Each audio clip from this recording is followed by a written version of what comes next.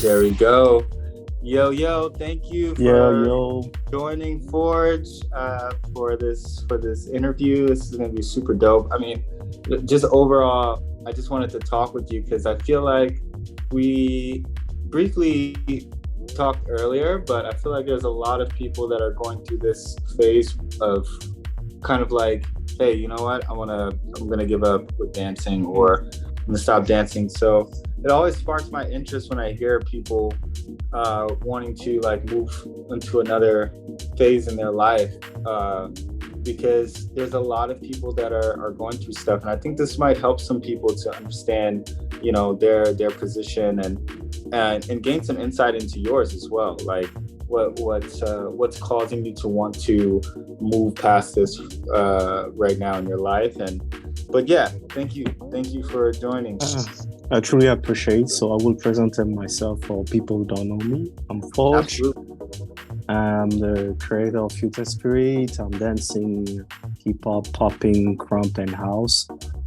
Popping, crump, and hip hop for 10 years already. And I just started like a few months ago to start doing hip hop, house dance. Sorry. And so for me, actually, that's the biggest aspect for myself. I've been doing this, it's not quite a lot of years comparing to people like you or other people who've been there for so many years. And again, thank you for hosting me also in this conversation. I truly appreciate the interaction, and you want me to express myself about it. So I've been doing this for 10 years. I was really young into it in a way that I get a lot of opportunity really fast for me to travel around Europe and outside of Europe. So it was kind of really fast and shocking at the same time. And I was always somebody not just going into the dance, but also going the political aspect of the dance.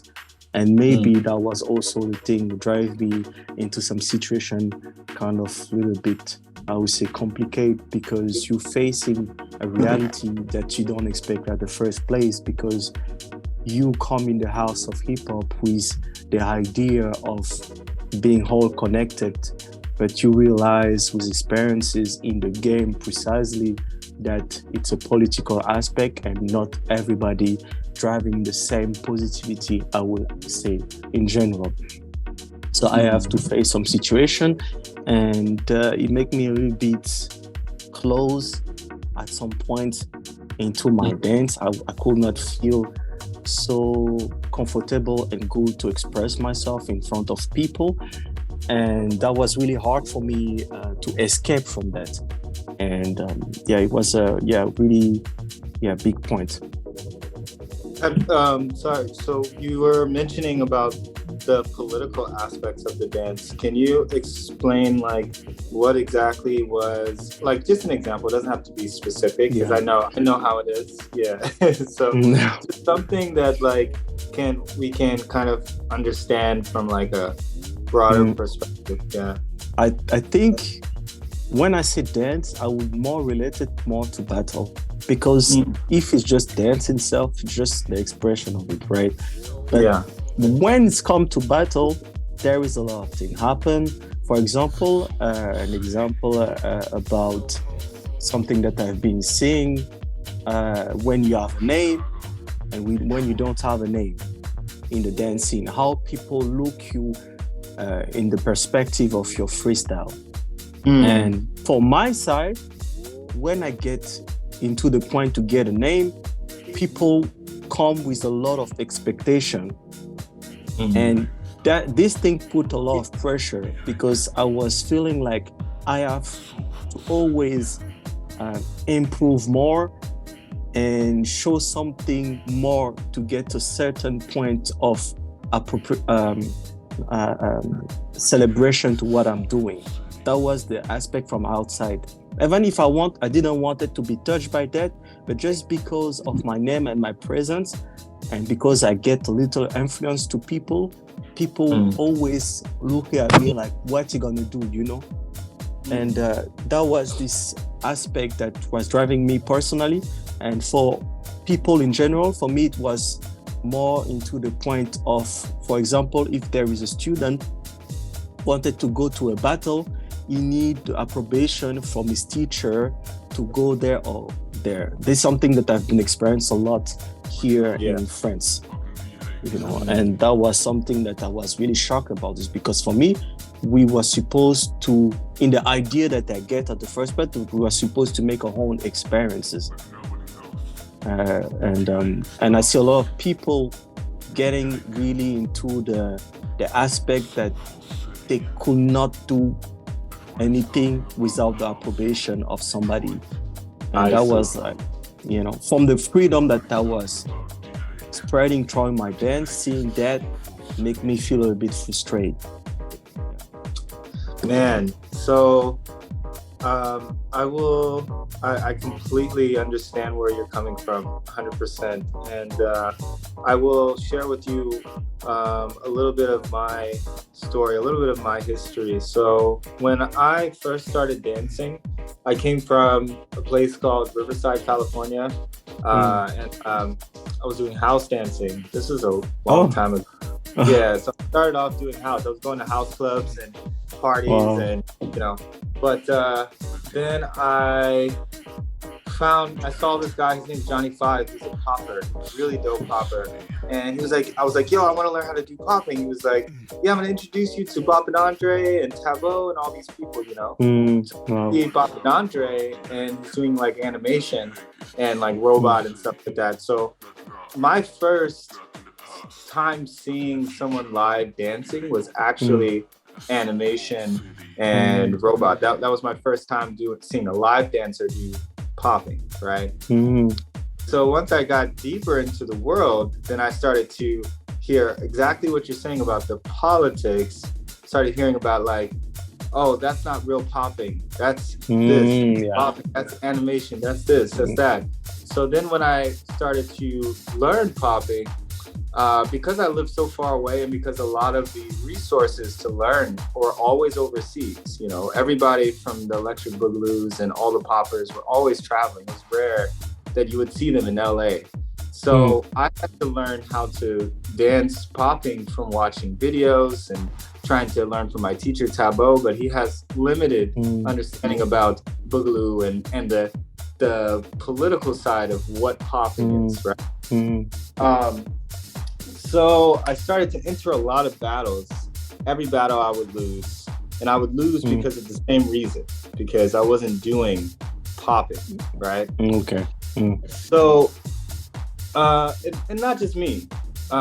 Me and a lot of other people losing battles because they weren't doing popping or they weren't doing it right or they needed to pop harder, And of course, like a lot of people right now, they started to quit. A lot of people started to quit and give up.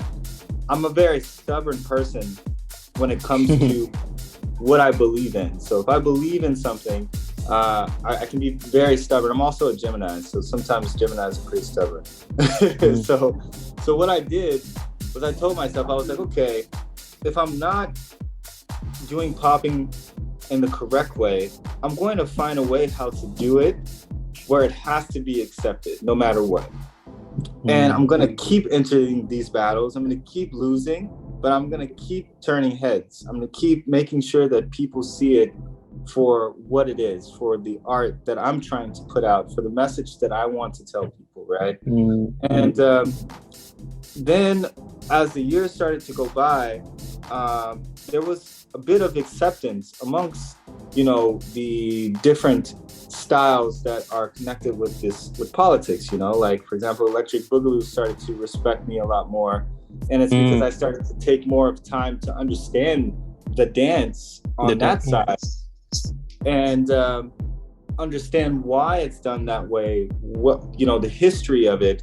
And then I started to understand how to put it into my body so that it's still me doing it, but it still has an essence of their past, of these styles past. And I think when it comes to politics and dance, I'm not going to speak for too much for hip hop because I'm not so familiar with that world. However, from my understanding, what is leading these politics to like political points of views to happen with hip hop and popping and house is all because people want to preserve a legacy, a history. Yep. And because the history, because everything's changing, we got technology that's just getting more and more advanced. We got social media, which is taking going fast. Yeah, and it's changing the narrative of it. So I think what really people want, especially, our pioneers and OGs, what they really want is to see what they've done continue to live through the youth. And some people don't have the best way of expressing that. I feel like some people don't know how to express it so that it doesn't feel forced, but it's forced on the younger generation very often, which makes people want to quit dancing. I learned from the experience of okay, I understand why it's important to preserve this history, because if we don't do it, nobody will do it and it will be lost. And eventually there will be no one doing the style of popping because there is no history behind it. All of the styles will end up merging together and becoming one big style, which would not have any connection to the legends that started it, right? So I think what my takeaway from all of this is, sometimes we get frustrated, we want to give up. Trust me, there's so many times I was like, what, I don't care about this anymore. All these people don't like what I'm doing. People saying I'm not popping, I don't know how to dance, I'm not this, I'm not that, There's so many, things that people will do and say to try to make you less of a person, but you know you better than anybody else. And if you continue your legacy, it will live through the youth no matter what. Even when it comes to positivity, we need more positivity because there is so much politics. Without someone to push through and try to create a new lane for people are going to end up finding themselves lost. Yes, absolutely right. I definitely agree with you. We never know who's watching us. That's all fact. But from my perspective, showing this experience with movement and life, I've been in a place where I asked myself, just maybe I think 2-3 years ago, did I want to keep going with that? Because for me, for example, I never have a proper foundation into life. I was driving straight into battle workshop, and I just drive into that. And we asked me, you want to go this there, blah blah blah, and I was okay, yeah, I go. And I was doing that, and the time just passed, and I just see how I miss some important part of my life, basic that I should have. And I was depending on a lot of people.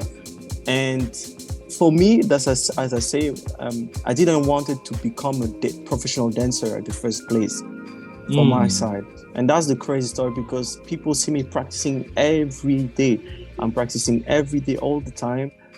But it's just, for me, a way to meditate. I see dance as a meditation. So I express my movement in a way of praying, So it helped me to increase my spirit and evolve and understand better myself for myself. Yeah. But I make the execution for the outside, because for me, from my perspective, the dance is, when we recognize the dance, of course, it's a feeling from the outside. But for me, when we see somebody dancing, it's drawing the eyes of somebody else, because it's a sharing point. It's made for sharing, so it cannot just be for ourselves, from my perspective. So I get into this point where the eyes from somebody else was not anymore my eyes, was the eyes of this person and the eyes of this person. And maybe that was my mistake, to teleport myself into those space instead of being with myself and go beyond that, Yeah. And I drive into that. I was doing that, and I just remember my dream since I'm kids. I want to be a professional actor. That was because I've been with a lot of trauma. Actually, I was sexually abused. I've been talking about this Wow. in my life with a guy. It was from guy and from woman, all women, and it was for me going into a character was a way for me to escape and forget about that.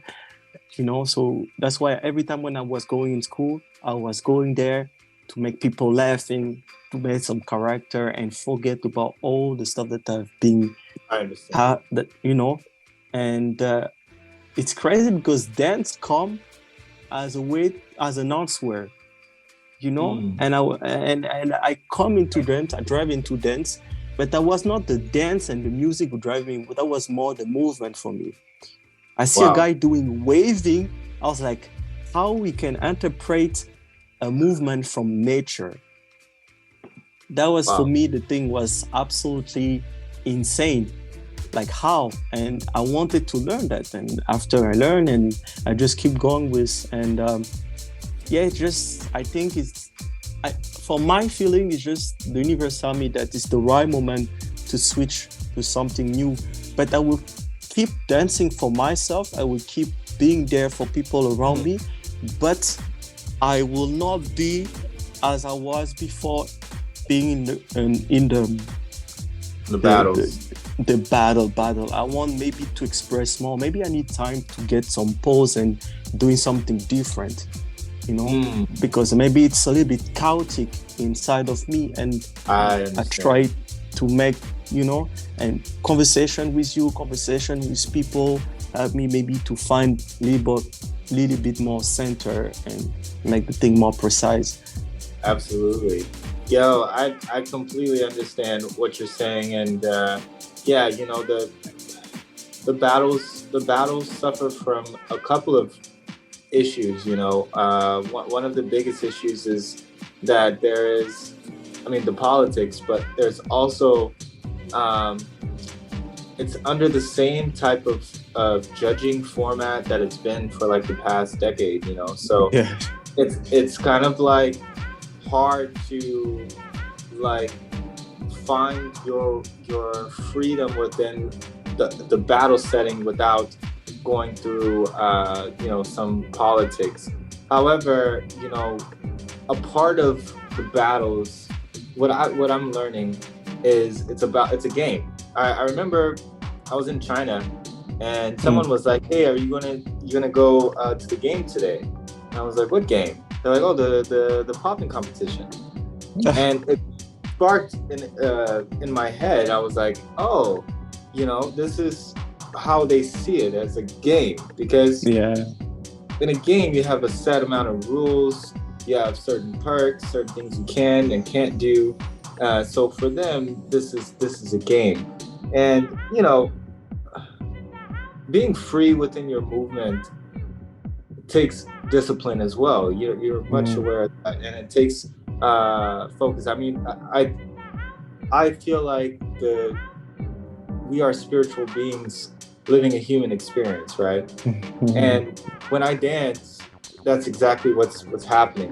I'm just living a human experience, but I'm trying to make my dance as a part of it's my spirit in this reality, and there is no thought happening in my head. And when I talk with people about, like, they ask me about creativity or things like that, well, what were you thinking when you did this or that? I'm like, I have no idea what I did. I don't even know what was happening in this battle. And some people are perplexed because this goes against the idea of it being a game, because with the game you have to strategize, you have to think, you have to, but when it comes to being fully present in yourself, there is very little thought process, I think, that's necessary. I think it's important for us to find that. And I think if we want to see the highest levels of battles, the environment needs to be neutral and comfortable for both people, in a way where you can express yourself fully without any like crazy critical analysis of what you're doing. It's like you and the other person, you both have the skill, you both know how to dance. Now let's see where that takes that moment. How high can that level go? And I think that's when we can see the like real battles. It's crazy. I don't know if you've ever thought like, what would it be like to see this person and this person battle? Like, let's say, I don't know, your two favorite dancers. What would it be like to see them dance? You put them in a scenario, you get them on stage, you're like, oh, these are my two favorite dancers. They battle each other, but the battle isn't as dope as you expected it to be. And I would ask myself why that happens. It happens for a few reasons. One, it could be the environment, it could be the judges, it could be the music. And then all of these are situational things that are happening that aren't allowing these two people that are at their highest peak in performance to not perform at high peaks. So that means that we have to create the environment if we want people, we want to see those iconic battles happen. Every iconic battle that's happened never happened because it was set up to happen. It always happened by mistake. It's just the moment. And that's why it's so important for people to understand that, the battle scene itself, we have to allow it to organically happen. We have to allow it. We have to make sure that like the music is good, the lighting is good, the environment is comfortable, the people are having fun, there's more dancing, less focus about, oh, I don't like this person, or, oh, I'm gonna battle this person, I wanna beat this person. Well, as soon as you start putting your head in this place, the battles start to become less, about spiritual and more about the physical. And I totally understand. I agree with you 100%. And it sucks that, these kind of conversations have to even happen because it should already be that way, especially right now where there's less about anything spiritual happening in our world and more about physical. Everything is going physical and digital, so we do need more of that. At least to me, dance is still the purest form of art that exists. I feel like it hasn't been replicated in a way where it can be taken advantage of. However, I do think it's stuck in a time loop where it's the same thing over and over again. But yeah, I do agree. I do understand why you would leave the battles and pursue more of what your passion is. But I also think that your art is necessary for the world. And if we can keep you dancing at least just because you love it, but not like you have to enter battles unless we see a change in our battle scene. At least we can still see your art, because I think it's important for people to see different examples of true art and true passion and true love for the dance, because it's not a lot of people that really love it enough to dedicate their emotions and their spirituality to it. A lot of people are doing it because they want to be famous, they want to look cool, they want to pick up girls, they want to, they think it's cool. It's rare to find people that truly love the dance. So I agree. I agree, and I think I needed this conversation. That's dope. That's really dope. Yeah, I'm not gonna hold you, bro. I guess with my last question for you would probably be, what would you say is one of the things that like you can give for the people that are getting into dancing right now, that are starting to get into dancing? What would be something that you would give them as advice? The advice is to find a proper circle, because I truly believe that it's made of circle. Because for me, from my perspective, there is a reason why we have circle in our eyes, why we have circle here, why we have circle here, why the world is made in circle, why when we dance we make cipher. It means that it's a circulation of energy. So I think people need to surround themselves with a right circle, to surround themselves with the right energy. So I would say first, the circle is important, and it help also to grow in a proper way that you Wow. want to grow. So you Wow. choose, for me, the circle that it's important for you to explore with. And I would say travel if you can. If you can travel, try to travel with the circle or by yourself, taking your own experiences.